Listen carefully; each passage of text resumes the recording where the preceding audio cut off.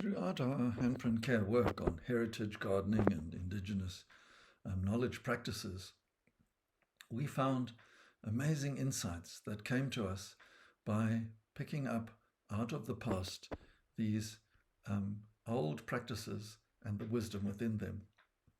So one of the key questions we asked for our heritage food gardening, how do heritage practices like izalene and uthuthu, for example, relate to the development of a food garden today?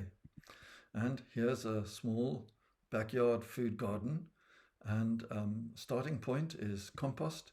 And we hadn't realized that the daily homestead sweepings and wood ash were dumped as a compost heap. People thought that indigenous people just threw them away into the bush, and many people do today. But the heritage practices was to have a compost garden around a dump, izala. And this became a teaching garden for the gogos, because they would see what was growing around the compost garden that they had in their backyard at the dump, and they would be able to see then what was growing in the veld that could be collected for food. So composting immediately relates to fertility pits as a modern technique, deep trench agriculture in the drier areas, and also tree holes that are needing compost to be able to produce the necessary mycorrhiza for the successful growth of trees. So if we look at a curriculum setting for tuning in, izalene and uthuthu as the forest method of decomposition into the bin method of decomposition through the traditional practices of izalene and uthuthu. And this is what the young youth were doing in Yegulide. They were recovering the wisdom, the gold in Xhosa heritage.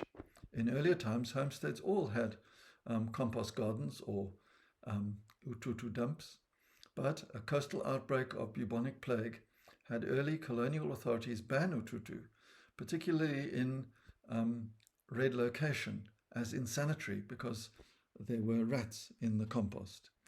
And izala also declined in urban KZN, a decline that recently increased with extreme weather associated with climate change and with social grants, so that people could afford to buy vegetables and didn't go to the trouble of growing them for themselves. Composting of plant waste has thus decreased, and it's now being introduced by many gardening groups like Yegulide and also other NGOs. So the composting of plant waste immediately stands in contrast to how things are today, where most people throw away sweepings and rubbish in black bags. But if we are preparing food and we have a compost heap, then the vegetable waste can immediately be composted and be put to good use. We have got some compost bin designs, and to solve the problem of red location and the rats, you can also bury compost in the ground.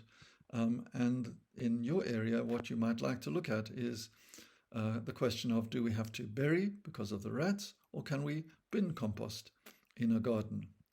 And the point here is to touch the past in our memories, to feel the future flying on the wings of imagination as we reinvent izalene and uthuthu as composting for the production of low-cost, high-quality food in urban areas.